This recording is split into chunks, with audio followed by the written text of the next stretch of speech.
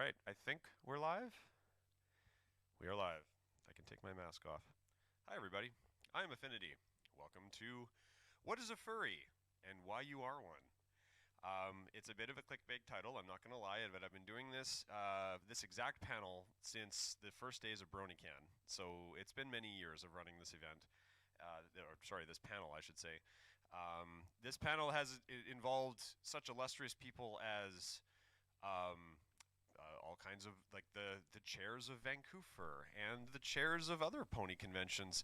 Heck, M.A. Larson came and signed my arm in the middle of this panel in 1 year, so that was a particularly eventful situation. This panel has always been about discussing a different but very similar fandom to the one that you're already in, clearly, or you probably anyway wouldn't be at this event right now watching this stream. So if you're watching this stream, there's a good chance that what I'm going to tell you about today might be of interest to you, because it's going to be very similar to the kind of things you're already used to doing. In fact, it might even be exactly what you're doing, just in a different name. So just going to kind of give you a fill-in as to what exactly is furry. What does it mean to be furry? Is it a bad thing to admit that you're a furry? There's a lot of things about this topic that we're going to cover. The fact you don't need a fursuit to be a furry. You don't need one. Stuff like that. Anyway, so we're going to get into that. I'm just going to mention as well that I am monitoring the main stage chat. So if anybody is in main stage, I see Nordic is there. Hello, Nordic. If you have any questions or anything you'd like to pose, or a comment on anything you hear me say, or something you'd like to hear me cover. I've been a furry for 16 years now, plus 16, 17, I don't know exactly. I don't have an exact date, but we'll just say that. I've been running cons for almost 15 years, and the first con I ran was Halloween, which is a furry con, which was, anyway, that's a story in itself. Actually, why don't we start with that? So, events with furry. So, first thing that I'm constantly saying to people is, what does it mean to be a furry? And part of what I think a lot of people define as being a furry is coming to furry events. That could be anything from a fur meet, as we call them, which is essentially going to someone's house and hanging out and doing, I don't know, somewhat vaguely furry things, although it could just be simply going there and watching YouTube videos. That seems to happen half the time. Whatever, hanging out with people, talking about your character, showing off a costume or not, or talking about artwork or commission you got. That kind of thing. It could be a D&D night. It could be, playing video games with friends. It could be sitting in VR chat while you're in your socially distanced in your house. It doesn't matter. There's lots of ways that you could join other people with similar interests. Sound kind of familiar? That's kind of the idea, is what I'm getting at here, is furry by and large is an online culture. It always has been. It started as a group of people that were very interested in cartoons, and they said, hey, I really like cartoons, and I'd like to meet other people that are into cartoons as well. And you know what? I've actually made my own characters, and I kind of identify with that character. So I think I'm just going to kind of go by that character name now. Again, sound familiar? This is kind of all things that the furry community started as back in as early as like the 60s, I've heard people say, 70s. 70s more specifically, I think, when Disney really kind of hit the mainstream. That seemed to be where it kind of started. I'm getting a lot of nods from the fellow staffers here. But that's kind of where it started. And as a result, people wanted things to do. So they said, well, what do we do with each other? Like, how do we interact? So they started making events in hotels, like the one we're in right now at the Executive in Richmond. Thank you, Executive, for having us here today. So with that in mind, you just find a venue. You basically create a venue. You create an idea to bring people together. What kind of a social event can you create with that? Well, you can do panels. You can do costume contests. You can do art contests. You can do a vendor's hall. You can do all the different things that I'm sure you've heard of many times before. And that's kind of what it started with. So furry you go to a furry convention. What do? You basically do what you do at a Brony convention. If you've never been to one of those, it's all the things I just mentioned. It's panels, it's contests, it's gaming, it's vendor's hall, it's a fursuit parade. That's unique. And not even every con does that, actually. The one I run doesn't do it, for example. Halloween doesn't do one. But there's lots of very furry specific things. And then there's furry things that kind of propagated into other events, like the Ice Cream Social, which we also do at Vancouver. There's lots of different things that have kind of cross-pollinated, but then we don't do things like a walk-off, which you'll see at anime cons, but not at other cons. There's lots of little things that are, dance competition is a very popular one at furry cons, which is another thing we don't generally do at Brony cons. So there's a lot of things that kind of make furry conventions unique, but yet so very familiar. So a lot of people, they go to a furry con, they look around and they say, well, this just feels familiar. Like it's different people and maybe there's a little bit of a different culture, but otherwise it's the same thing as what I'm used to. So I encourage you, if you're thinking about going, just go. Just go to a furry con. Even if you're just walking into the hotel just to kind of see what the vibe's like, go do it. It's fun. We've got a local one here. We got two local ones here. One called Vancouver, which unfortunately won't be in person this year. It'll be another virtual event like we're doing now, but that doesn't mean that you can't enjoy it just like you're enjoying this one, hopefully. You can still come in and see what it's about, see if there's anybody talking similar topics. I guarantee you someone will be talking about pony. It happens. I've got some of the best pony merch I've ever gotten at furry cons, in fact, because a lot of the artists are the same, believe it or not. Most of the famous Brony artists that you know probably are either also furry artists or started there and have probably gone back at this point. So it's one of those things where it's a lot of the same people, and you're probably even going to run into people you recognize. Everyone remember Dusty Cat? Where do you think he came from? Just saying. And I'm not outing him. He's open about that. So yeah, he was a furry way before he was a Brony. So with that in mind, wow, my watch is exploding. I'm going to turn my watch beeper off. So cons are something you can do. What if you're not comfortable with that? What if you're maybe thinking, that's a little bit extreme for my interest level right now? No problem. There's no requirement to go to conventions to be a furry, or even just enjoy the fandom. Go online, see what you can find. There are endless numbers of YouTube videos and clips and forums and art sites and everything else that you can find. I can just mention a few right now. Most people consider Aphinity.net to be one of the kind of premier sites, although most don't like the interface, but it still is the most popular. You've got Ink Bunny, you've got DeviantArt even. DeviantArt's more general, but those are art sites. You can go on there and see some amazing art. If you turn the filters off, that's true of every topic, including the one for Brony here, so just be aware of that. But with that in mind, there's some amazing stuff there. There's help me out here. What's the not film fiction, because that's us, that's Brony. What's the one for furry? I forget now. No, for writing. So Furry. Yeah, sofurry.com, I believe. Anyway, So Furry is a writing site, so you can get a lot of, neat writing stuff there. Bottom line is that the topic is so broad, and you'll notice I haven't even mentioned costumes yet. Okay, this is a topic that everyone seems to think you need one of these to be, a furry. And I bet you most of you probably believe that. So if that's true, hey look, it's Rainbow Dash. I'm just looking in the tweet. Nordic just posted a picture of her. So that's pretty cool. Or no, and not the, would I say tweet? I mean the chat. There's Cadence. I'm sorry guys, I wasn't actually paying attention to the chat. I've got a couple of other people mentioning AO Fur, So Furry, Fur Affinity, Ink Bunny. That's the other one I forgot about, Ink Bunny. There's quite a bit of different places you can go. But don't think that you need, like I said, you do not need a fursuit to be furry. You do not need to wear a costume or a tail or ears to be furry. In fact, I'm going to call my fellow AV tech up here. Come on up, Null Fox. And he's saying, AV's playing with us now. I don't know about the exact timing on this particular graphic being shown, but anyway, that's fine. So, welcome Null Fox. By the way, Null Fox is our AV assistant this weekend. So Null, do you own a fursuit? No, he does not own a fursuit. Null, do you wear ears or tails generally? Sometimes, but when? Mostly. Primarily at cons. Okay. But sometimes. Okay. So yeah. what makes you furry? It's more of a culture thing for me, I suppose. Okay. It's very accepting, perhaps. Yeah. Okay. All right. So accepting. That's a good. That's a pretty encompassing thing, I think. Yeah. Okay. All right. So does he look like a furry to you? Okay. Yes, he does. But anyways,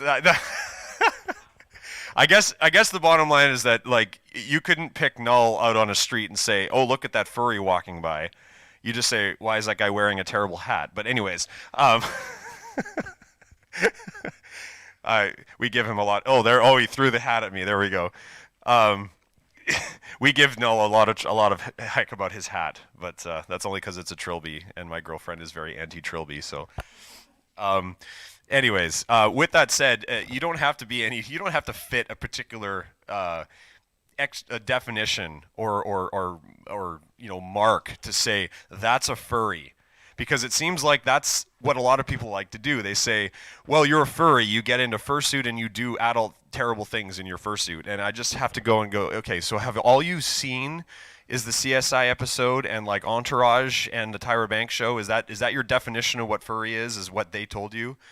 And a lot of people say, well, yeah, that is what I've heard. In fact, I'm quoting Skeptical on this example. He gave this example yesterday on how that's the first thing he does. It's like, have you seen CSI, blah, blah, blah, blah, blah. Okay, forget all of those things. What do you know? And most people are like, well, I guess I know nothing. It's like, all right, well, here's what it is to me. And so that's why it's important to sort of understand that it can be defined in almost any way you want. And that's one of the things that is really the best thing. Null mentioned the fact that it's a very open and very kind of free-form community. You get to be expressive. You get to express who you actually feel you want to be. And that's one of the biggest things I take out of it. That can be a costume. It can be artwork. It can be writing, it can be puppetry, it can be role play, it can be whatever you want. Essentially, the idea is to be creative and to express yourself in a way that really defines what you are as a person. I know a lot of people, for example, that this is a costuming example, but like there's a few people I know that are very, very shy, very subdued type people, and they get in costume and they are the most boisterous, most obvious person in the room. And why is that? Well, it's a medium for them. They use it as an example to jump out there and be a different person. There was one guy I met years ago at Anthrocon in Pittsburgh, and I was by myself. I didn't know anyone there. It was a fairly different community for me because East Coast, West Coast furry seems to be a little bit different, at least back then. It's a little different, a little more united now, but back then it was a very different community. And so I went in there, and I see this guy walking around in this absolutely fantastic fursuit, and it was this dingo red panda hybrid. If you can imagine those two animals kind of blended together in a cartoony way, big paws, poofy hair, big long tail, really wide proportions, and grumpy. So just sitting there just like the most cartoony thing with huge eyes and huge paws and adorable, but just, like we're talking Cranky Doodle kind of level of grumpy. And it was fantastic. So I looked at this suit and I'm like, that is the most amazing thing I have seen because it was unique. And I walked up to him and said, can I have a picture or can I have a high five? And he looks at me and just goes, and like backs away from me as I'm at the top of the escalator. And I'm like, I can't even get a photo. He's like, he walks away from me and tries to get away from me. And I think that this is, okay, so either he's a complete jerk or I'm missing something. So anyway, I met the guy later because he was in the Headless Lounge, which by the way is like kind of a social space for people that wear costumes. You take your head off, you get some water, you cool off for a while because they're hot, trust me. We'll get into that in a second.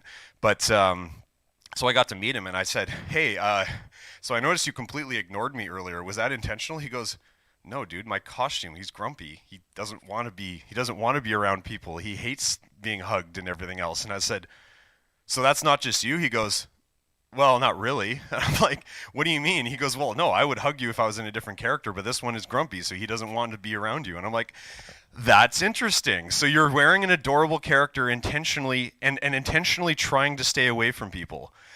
That's interesting.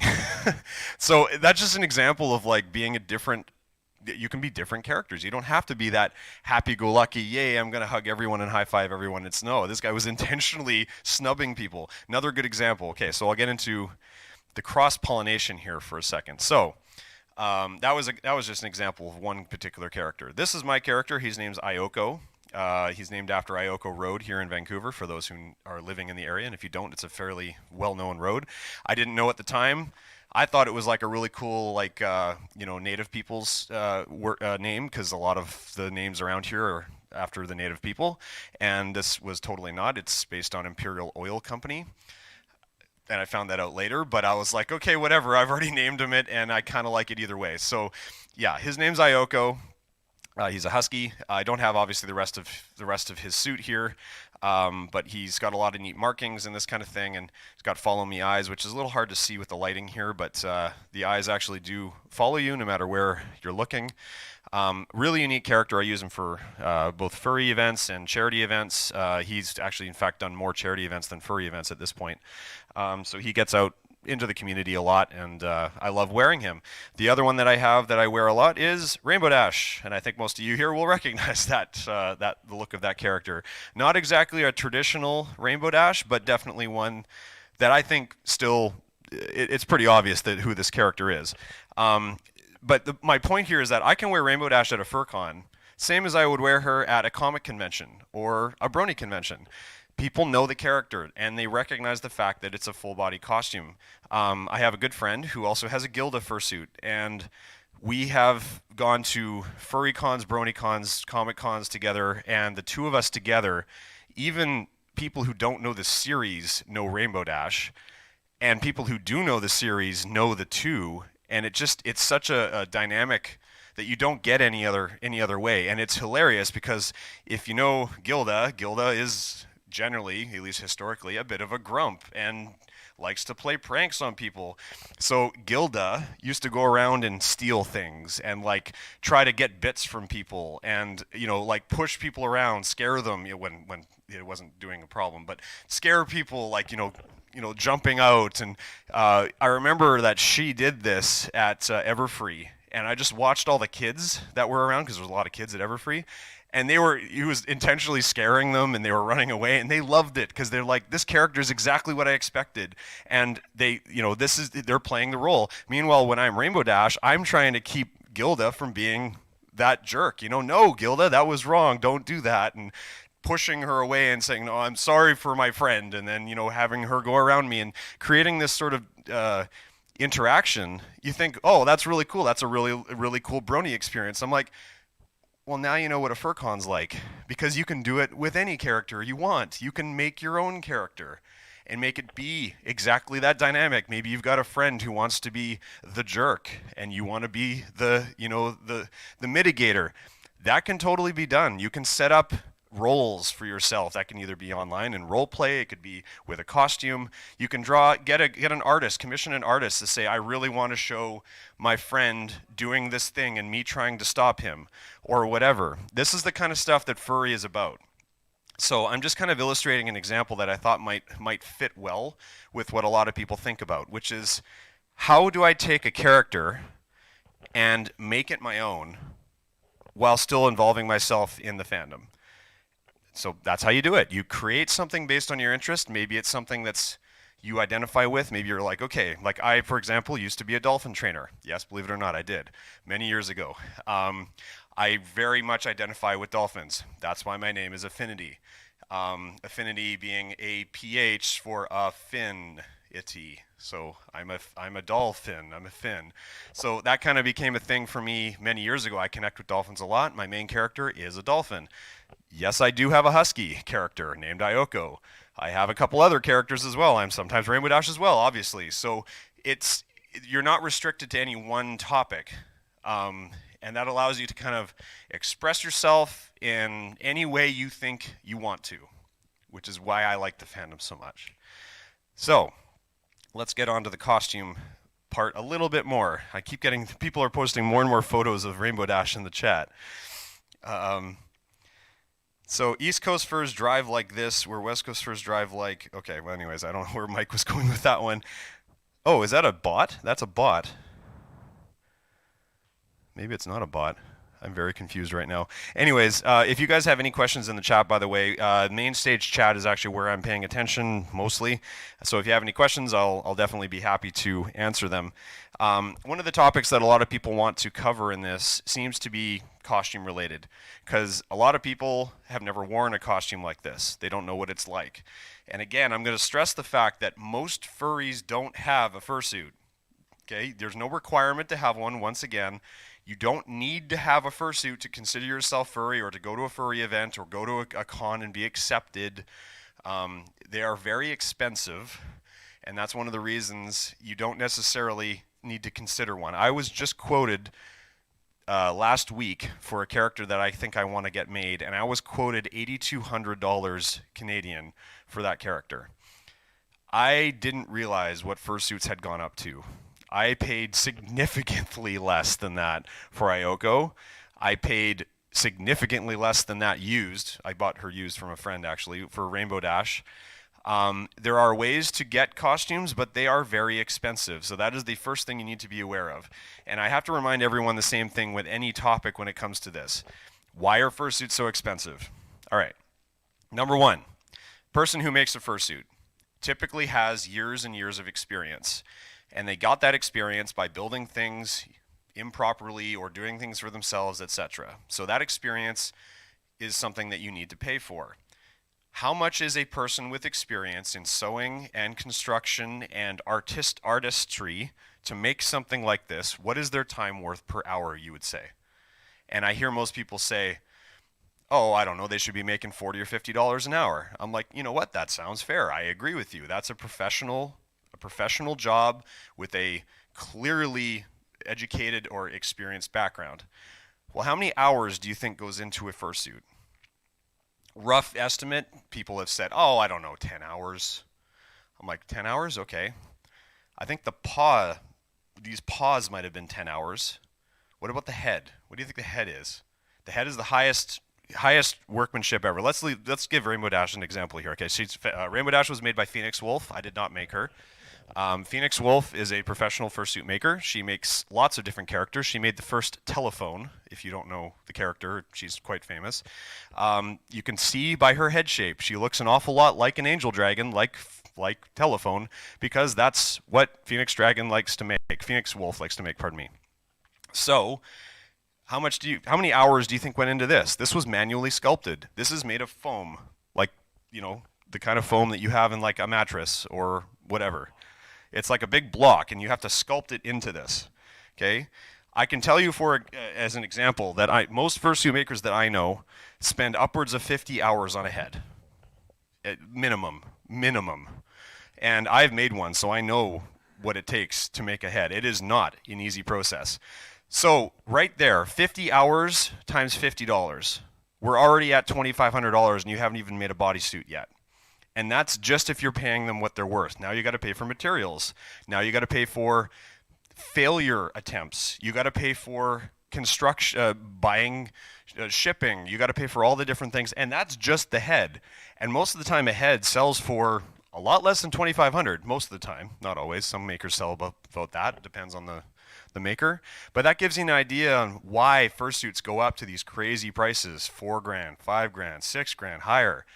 It just depends on what you're doing. So keep in mind that talented people need to be paid talented wages, and it's not fair to say that someone should work for $10 an hour just because you can't afford a fursuit.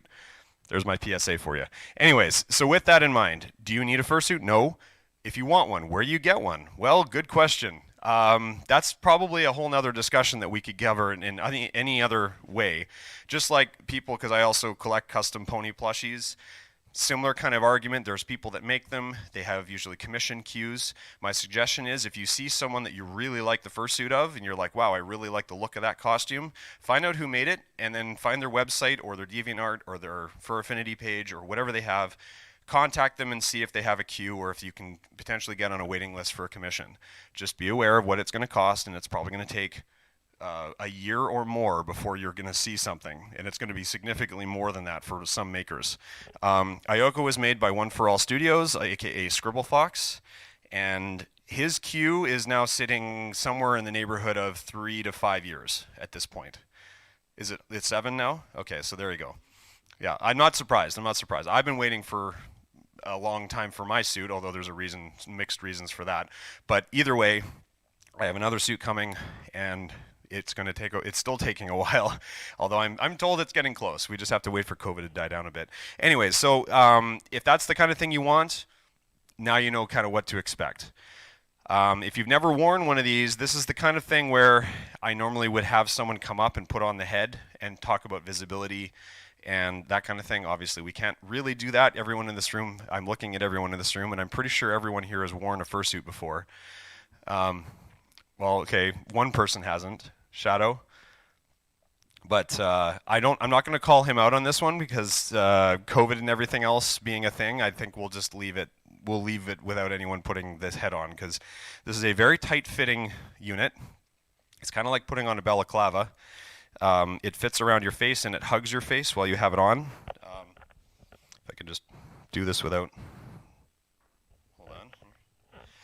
So, no, you're not going to be able to see in there. Okay, well, whatever. It's essential. Oh, hey, look, her head is disappearing into the backdrop. Yay, green screen. The big problem with fursuits is visibility. Number one, you're seeing out of these black sections of the eye.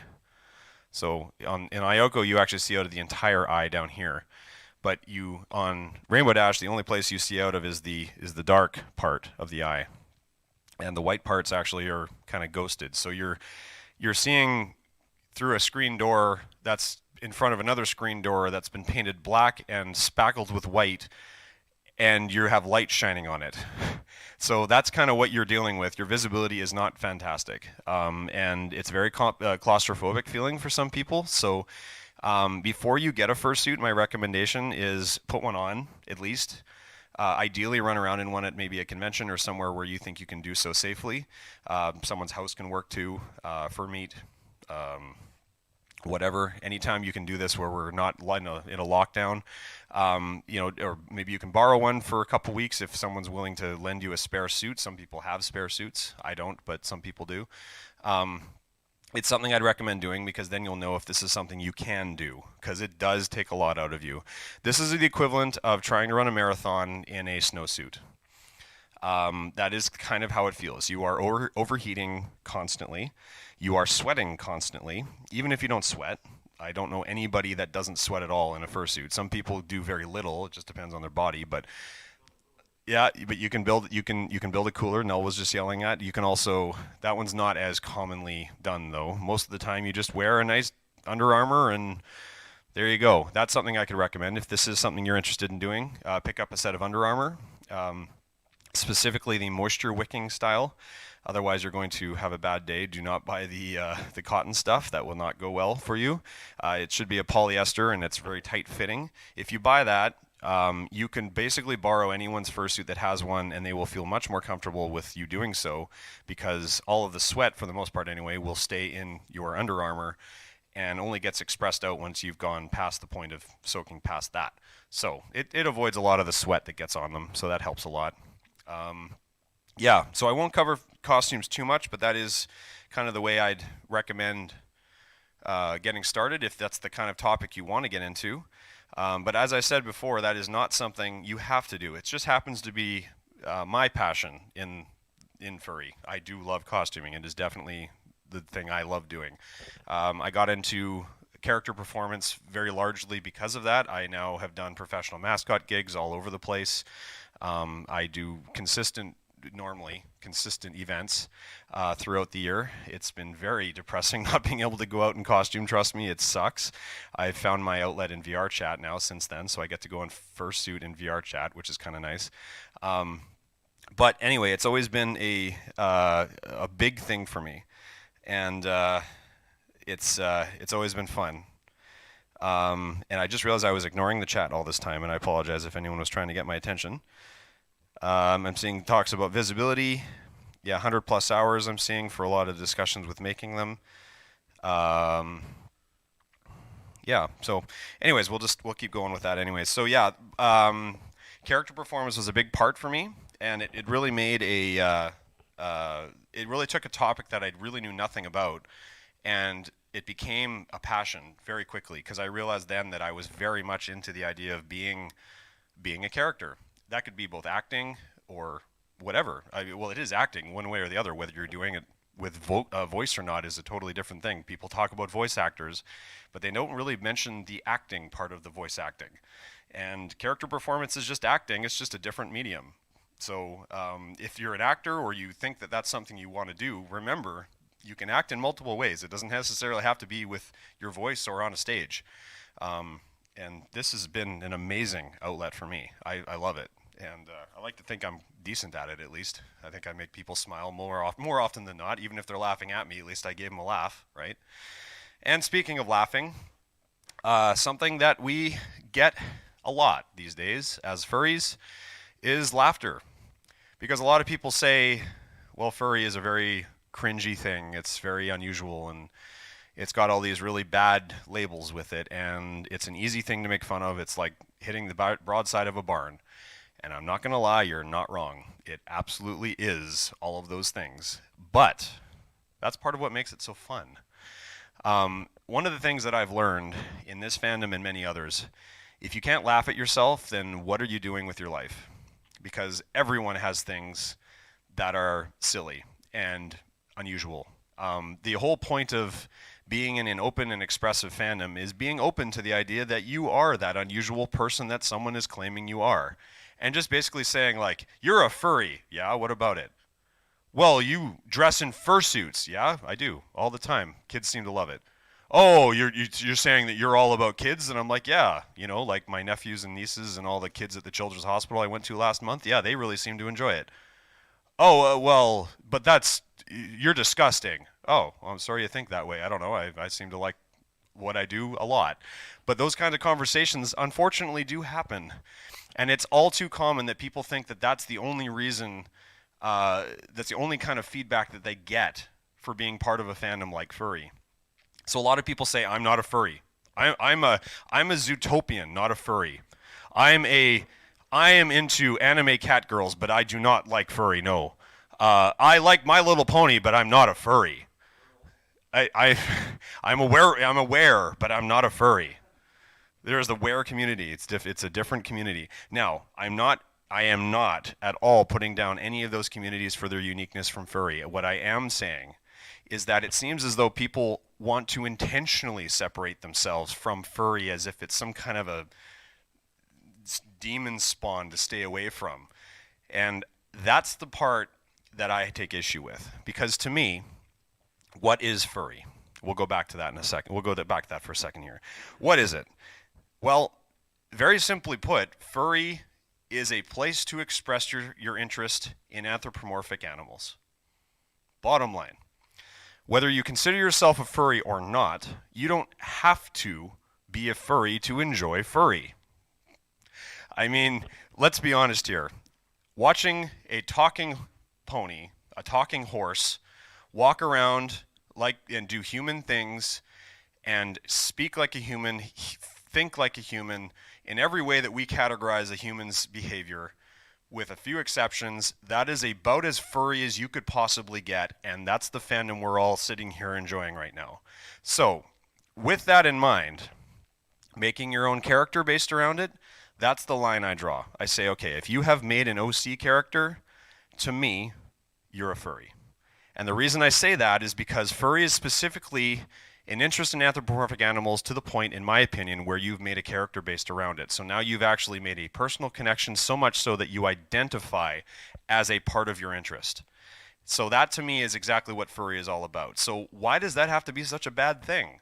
Why do we have to sit here and go, that is the worst thing ever and you're a terrible human being? It's like, well, I'm not a human being, I'm a dolphin, so get over it.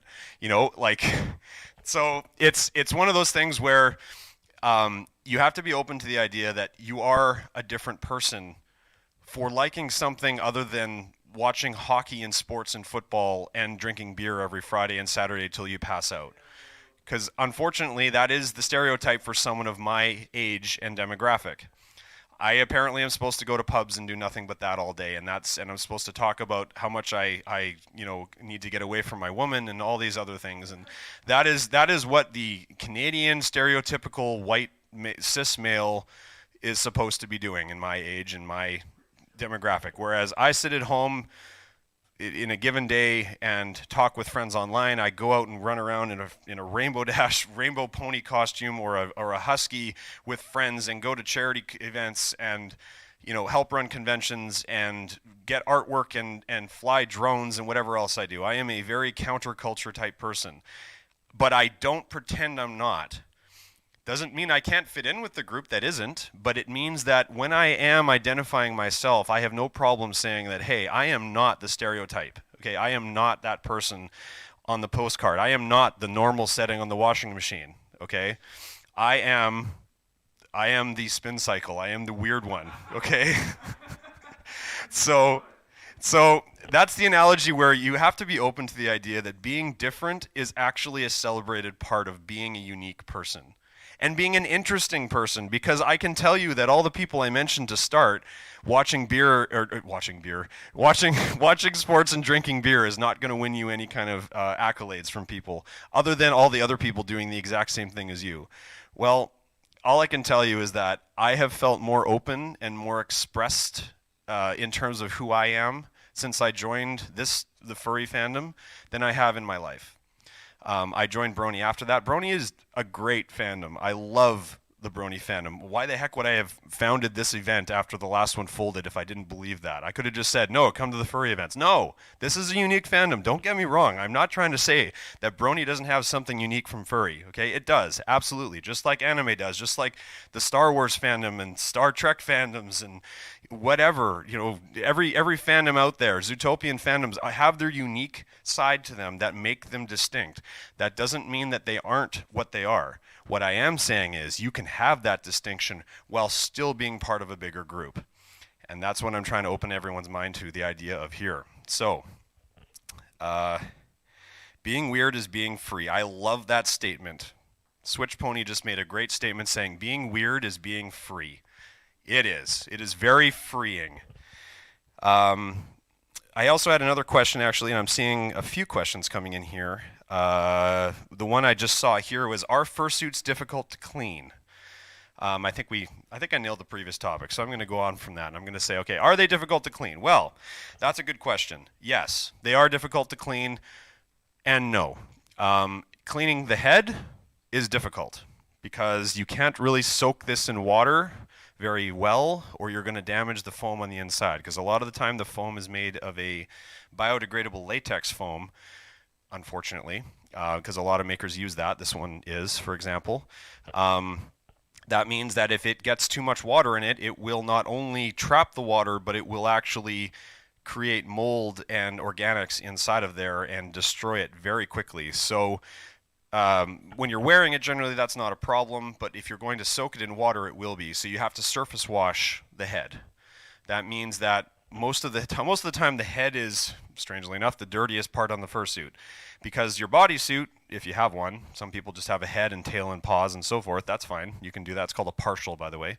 If you have a partial, that's easy. You just wear clothes and wash your clothes like you do anything else. If you don't have a partial and you're like me and generally wear a full body costume, the full body part of it can actually be thrown in the washing machine most of the time. Rainbow Dash is a bit trickier because she has big padded hooves, which if you saw those photos earlier, those ones are more difficult to clean because I have to actually remove the foam portions of the costume before I can put it in the washing machine. So I have to unpin her hooves and take the inserts out, but it's not the end of the world. And the tail is padded like a plushie, or not padded, sorry, stuffed with polyfill. That one goes through the wash without any problems. I haven't had any issues with that. So I can turn the suit inside out, put it in the washing machine on gentle cycle, ideally on one that doesn't have a center diffuser, which I used to have. I don't anymore. I miss that machine, but anyways, put it in there, put it on gentle, for sure on gentle, with a very mild detergent or a limited amount of detergent because you don't need much, and that will strip away all the oils and salts that your body has expressed on it. And generally speaking, works fine. You pull it out of the wash as soon as it's finished its spin cycle, turn it the right way out immediately, and brush it. And I mean brush it right away, like while it's wet. What that will do is that while it's drying, then the furs will actually dry straight, and you end up with a costume that looks quite nice most of the time. You will absolutely pull fur out of it. That is one thing that people always get, like, oh, I can't brush my suit, it'll pull fur out. I'm like, yeah, it will, and it's all the fur that's all clumped together and looks like garbage anyway, so don't be worried about doing that, because you're only pulling the bad stuff out, mostly. You just have to be gentle about it. But anyways, that's how you clean them, so it's not too difficult. Everyone's talking about normal, saying it's an objective term. It absolutely is. Oh, I'm losing my battery. Could you grab my power adapter, O'Hara? Thank you. The Toshiba one on the table, yeah. Oh, and I'm going to need a... Well, you know what? If it dies, it's fine. If it dies, I'll just... All right, we're getting some power. Here we go. We got the whole team going to rescue my laptop and its terrible battery. So anyways, that's one of those things. Is cleaning is definitely a part of it. I clean my suits very often. It's very rare that I will wear Ayoko and not wash his bodysuit if I've worn him for a con or something. There are definitely times where I haven't needed to. Like there may be a time where he doesn't get particularly... Thanks, O'Hara. Appreciate it. He's our Royal Guard lead. One of our Royal Guard leads is just helping us there, O'Hara. Thank you very much. And Jim Fox, our other AV tech. There we go. Laptop is happy now. I'm liking the discussion. Everyone's talking about how normality is overrated and how you don't really need to be that. And you'll sip to that. Yes, I will also sip to that. Now I know what it means. Yes, someone taught. I didn't get the sip reference right away until I rewatched the video that I'd only kind of skimmed through at one point. I'm like, oh, that's the sip reference, right? In fact, what's that? Elaborate. So the SIP reference, in case you're seeing that around, it has nothing to do with this panel. But anyways, the first video of our series for this topic, which our amazingly talented theming team to put it together for us, is Trailblazer goes and makes coffee for Aphinity, who's come to talk about her missing luggage, which is our story this weekend, by the way. And Trailblazer goes to make coffee and then just starts drinking it himself, and he just goes, sip? Yeah, you're right. I'm glad I made coffee. And Aphinity yells at him going, or Sonny yells at Trailblazer saying, that's for the guests. And he says, oh, well, that makes more sense. Just keeps drinking, sip. So that's the sip reference in case you're wondering what's going on with that. Hey, look at that amazing image that someone drew. Shadow, that is the most fantastic thing ever. Thank you. Sunny sips. Yeah. So all right. So I've covered kind of what furry is. I've covered what you can do as a furry. I covered fursuits. Artwork is. I'm not an expert in artwork. I already mentioned that there's a number of furry artists that actually cross-pollinate with Brony. I guarantee you that some of the amazingly talented vendors, which by the way, go to the vendors hall and go spend some money. They're guaranteed to be in both fandoms. I know at least a few of them that I know are, only because I see them at other conventions as well. But yeah, there's SIP. There we go. There's Redmond's pushing the SIP icon, which by the way you can buy in our con store. We have a sticker that we posted today that we are selling in the con store right now, and it's included with every purchase from the con store as well. So go buy a t-shirt, you get a free SIP sticker. Hey, I'm the chair, guys. I get to promote occasionally here when I'm on stage. All right, so I'm going to open this up a little bit. Plushie of furry OCs I'm seeing from Redmond. Yeah, there is definitely people who make plushies, just like they make fursuits, although for whatever reason, it's not commonly done, and I don't know why that is. I'm still waiting for someone to realize that there's a huge market for that, and I know at least Remy Plushies, which is in our vendor hall today, has been looking at this option to make people their own custom character plushies, but just like a fursuit, it's going to be expensive because you're talking a one-off, and it's going to be a very manual process to make that character. It absolutely exists, though. I've seen it before many times. I mean, just name the number of people that have an OC plushie in the Brony fandom. That's a good example. That's something that, for whatever reason, in furry hasn't taken off, at least not yet. But it will. I'm sure it will. If you have any questions, oh, there you go. Someone's suggesting if you're done with your fursuit, you can always stuff it and use it as a plushie. I know someone that used to do that, in fact. They used to, when they weren't using their fursuit, they had pillows that they had made that they fit into the legs and the arms and the body, and they attached the head with and the paws and everything with what do you call it, pins, safety pins, and that would be his plushie, and it was like a body-sized, life-size plushie. And it's like, you know, hey, all the more power to you if that's the kind of thing you like. So that's an option. If anyone does have any questions about this particular topic, any comments, any stories, I will be happy to share it. I'm looking at the main stage chat, and that's in our Discord. So if you haven't joined our Discord yet, you should really be in there. Join our Discord. It's on the link on our main webpage, which is vancouver.ca. Click on the Discord link. You don't need an app or anything like that. It can run in your web browser. Go in there and type in a question in main stage. I would be happy to answer or talk about any topics you want to cover. Met my suit maker at this hotel who also lives here. There you go. Yes, you did, O'Hara. Literally 10 feet outside this door here. Yeah, so there you go. There are, that's another good reason, by the way, to come to furry events. You meet all kinds of interesting people. I've met people from all walks of life and made lifelong contacts by going to some furry conventions. Just meeting different people, the kind of people that are open enough to be willing to be accepted in a different alternate community can be a really opening thing. You'll meet some incredibly creative people, because typically if you're a creative person, you already know you're different, and being able to stand out in a creative circle of other creative people is a very fulfilling thing for a lot of people. So you'll find that at a FurCon, in particular if you're an artist or you have any art inclinings at all, you go to a furry con,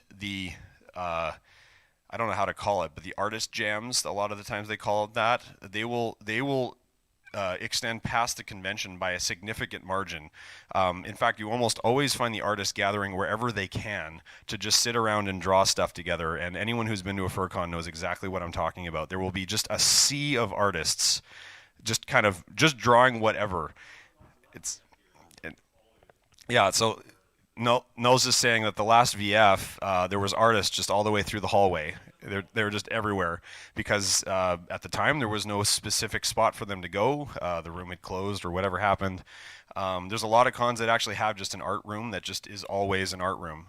Halloween, for example, we have a room that we call the hangout space, which doubles as an artist alley, if you will. Or not an artist alley, that's the wrong word, but an art jam area. A bunch of round tables, people sit around, draw, they play games, whatever. So yeah. I'm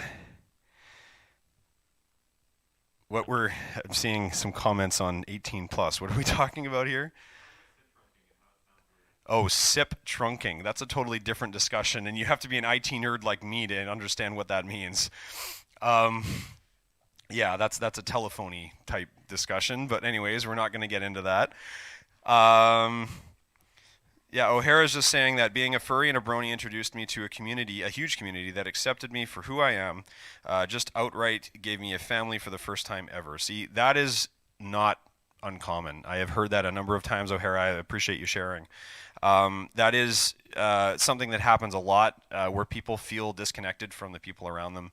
They want a group to really that will be willing to accept their differences from the rest of society. And I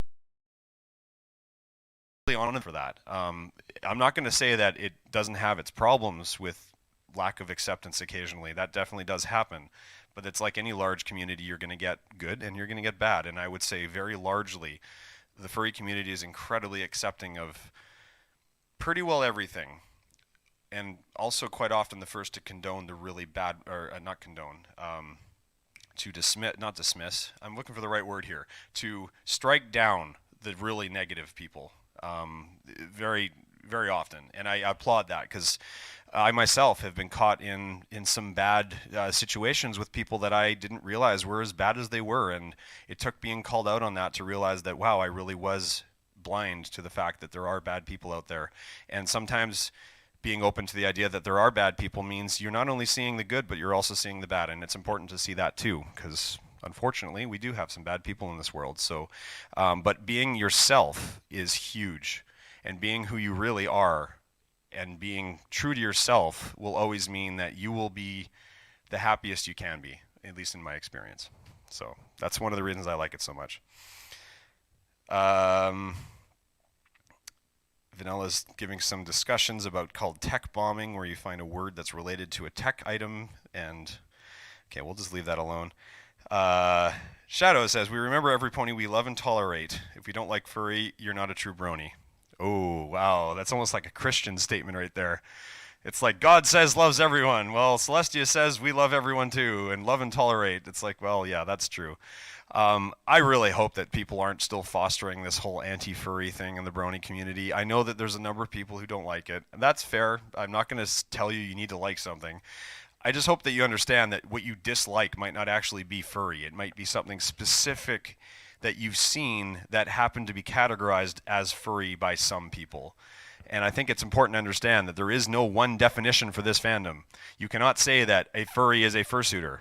You cannot say a furry is an artist. You cannot say that a furry is a sexually explicit person. That does happen, of course, but it doesn't mean that that defines the fandom. I had this argument with a 4chaner once, I guess sometimes one and the same. The anonymous group was protesting an anime convention, and I walked out and I just said, "Sup?"